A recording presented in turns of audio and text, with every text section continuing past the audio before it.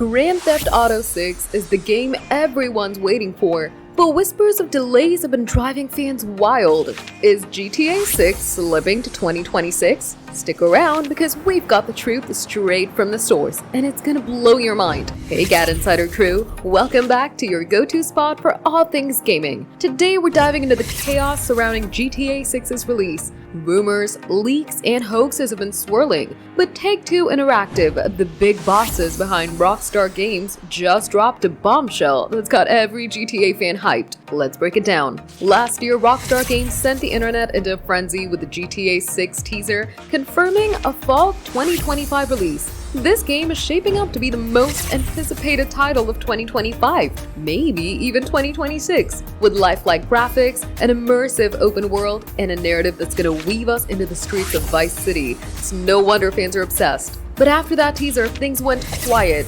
Too quiet. Tipsters started leaking bits about gameplay and user interface, but then came the rumors. Delays pushing GTA 6 to 2026. Recently, a report exploded online claiming GTA 6 might miss its fall 2025 window. Insiders were scrambling, fans were panicking, and the internet was a mess. Some said development hiccups, others pointed to unverified leaks. But hold up.